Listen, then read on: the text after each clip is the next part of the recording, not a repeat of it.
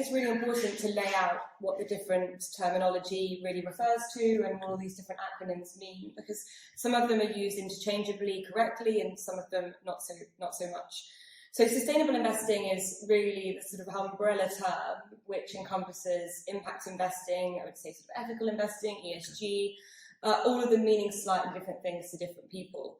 Fundamentally, what we're trying to do in this style of investing is allocating capital to companies that have higher and better sustainable credentials. Okay. So these are businesses that have looked internally and looked to improve their environmental profile.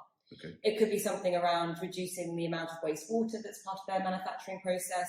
It could be looking at the carbon footprint and deliberately looking to reduce that carbon footprint. Right. It could be looking to source their raw materials from sustainable sources, cleaning up their supply chains.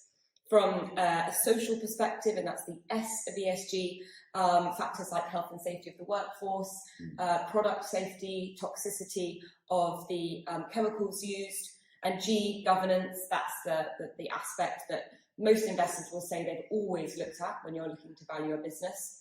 And you're thinking about factors like the diversity of the workforce, how independent the board is of the business, how that board's remunerated.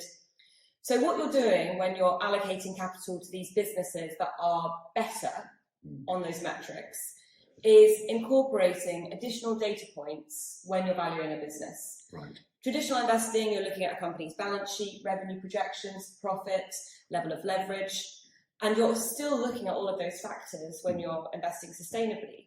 But you're looking at a whole nother set of factors, Okay. really how that company interacts with the environment and society.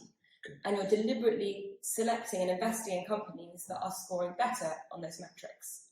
So why would you do that? Well, as an investment analyst, the more data, the better, in my view.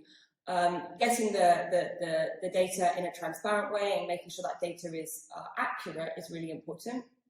But there's interestingly been a number of studies that demonstrate, actually many thousands of studies that demonstrate that if you're using those data points to identify companies that are scoring well, you could generate better performance over the long term.